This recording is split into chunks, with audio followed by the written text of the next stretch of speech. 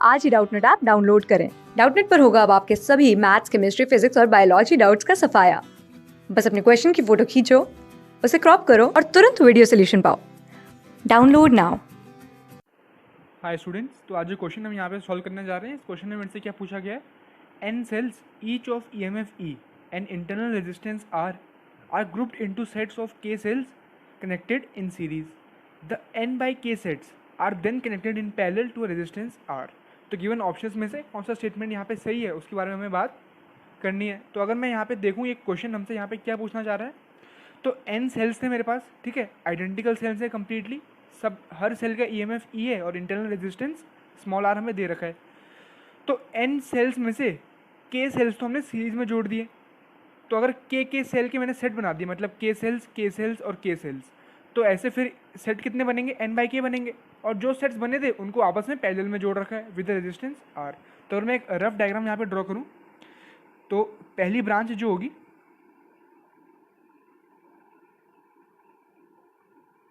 ठीक है, तो कुछ इस टाइप से मेरे पास यहाँ पे ये तो हो गई फर्स्ट ब्रांच, जहाँ पे हर सेल का EMF E है और हर सेल का इंटरनल रेजिस्टेंस स्मॉल r है। तो ऐसे ये K सेल है, ये यहाँ पे K सेल्स जोड़ रखे हैं, सीरीज में K सेल्स हैं। तो एक और ब्रांच इसके नीचे आ जाएगी क्योंकि ये पैरेलल में भी जोड़ रखे हैं फिर हमने, ठीक है, एंड सो ऑन। और ये होगी कोई लास्ट ब्रांच,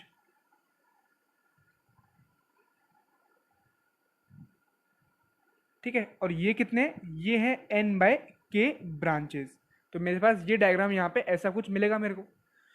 तो अब मुझे यहाँ पे क्या निकालना है, इसको मैंने पैरेलल में एक रेजिस्टेंस R से जोड़ रखा है, कैपिटल R से, इस कॉम्बिनेशन को एक रेजिस्टेंस कैपिटल R से जोड़ रखा है। तो ये हो गया यहाँ पे कंप्लीट डायग्राम। अब मुझे बताना है कि मैक्सिमम पावर डिलीवर कब होगी, जब K किसके बराबर होगा, और मैक्सिमम पावर होगी कितनी, इसके ऊपर मुझे बात करनी है। तो अगर मैं देखूँ इस क्वेश्चन को यहाँ पे सॉल्व कैसे हम कर सकते हैं, तो यहाँ पे क्या करना पड़ेगा, हमें इक्विवेलेंट EMF फाइंड करना पड़ेगा और इक्विवेलेंट रेजिस्टेंस। तो जब मैं आइडेंटिकल सेल्स को सीरीज में जोड़ता हूँ, तो एक ब्रांच का नेट EMF कितना हो जाएगा, K टाइम्स E, और एक ब्रांच का नेट रेजिस्टेंस कितना हो जाएगा, क्योंकि ये सारे रेजिस्टेंस क्या है, सीरीज में जोड़ रखे हैं एक तरह से।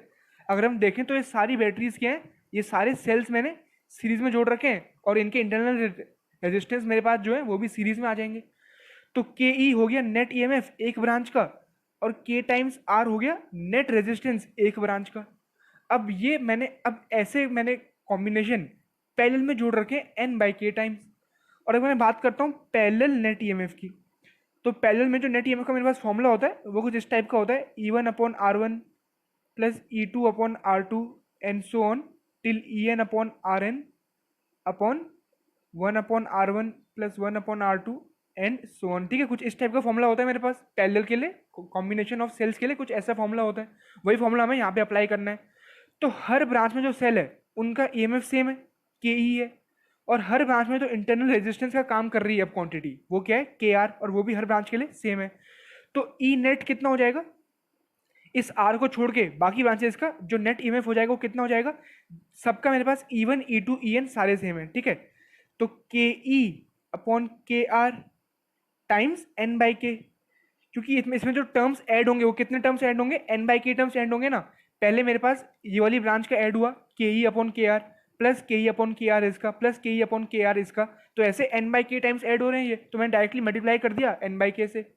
सिमिलरली 1/R, R कितना है ब्रांच का, KR, 1/KR, और ये भी N by K ब्रांचेस हैं। तो ये फॉर्मूला मेरे पास यहाँ पे आ गया। तो K से K कैंसिल हो गया यहाँ पे, ठीक है, N by K से N by K कैंसिल हो गया, स्मॉल r से स्मॉल r कैंसिल हो गया। तो यहाँ पे क्या बच गया, ये तो मेरे पास वापस KE आ गया। तो इस पूरे कॉम्बिनेशन का नेट EMF कितना आ रहा है, KE, मतलब जितना एक ब्रांच का था उतना ही आ रहा है, और आना भी चाहिए था थ्योरेटिकली, क्योंकि बैटरी पैरेलल में जोड़ने से EMF चेंज नहीं होता, सीरीज में जोड़ने से ऐड होता है, लेकिन पैरेलल में EMF चेंज नहीं होता। तो मेरे पास ये तो आ गया E नेट। अब मैं निकाल लूंगा R नेट, और R नेट क्या होगा, एक्चुअली ये सब मेरे पास पैरेलल में जोड़ रखी है बैटरीज, ये सारी बैटरीज पैरेलल में जोड़ रखी हैं। तो हम 1/R नेट निकाल लेंगे पैरेलल कॉम्बिनेशन से, ठीक है। वो कितना होगा, 1/R1 plus 1/R2 and so on. तो ये तो वही चीज़ हो गई 1/KR times N by K, क्योंकि यही टर्म मेरे पास N by K टाइम्स जुड़ रहा है। तो ये कितना हो गया, ये हो गया N/K²R।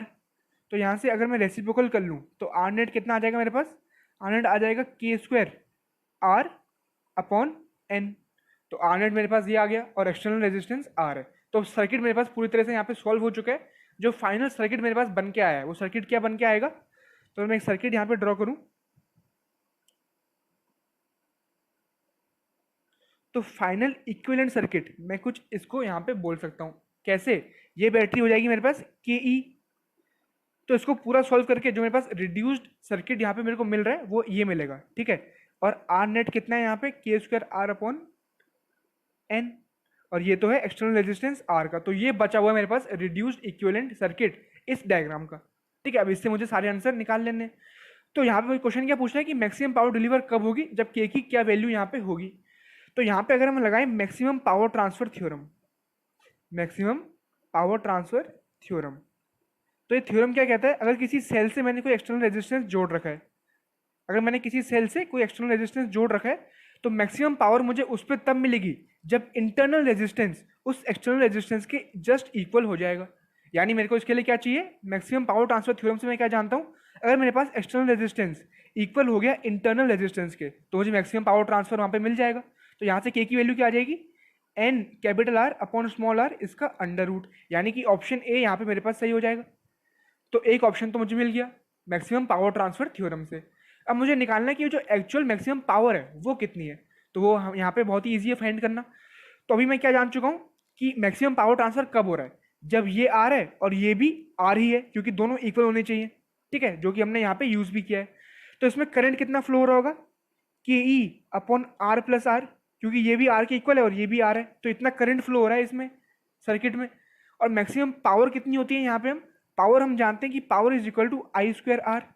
तो इसका मैं स्क्वायर कर लूंगा, आई का स्क्वायर कर लिया, और आर मेरे पास कौन सा है, ये वाला आर है, क्योंकि पावर मुझे इसके ऊपर देखनी है, इसके ऊपर नहीं देखनी, इसके ऊपर देखनी है।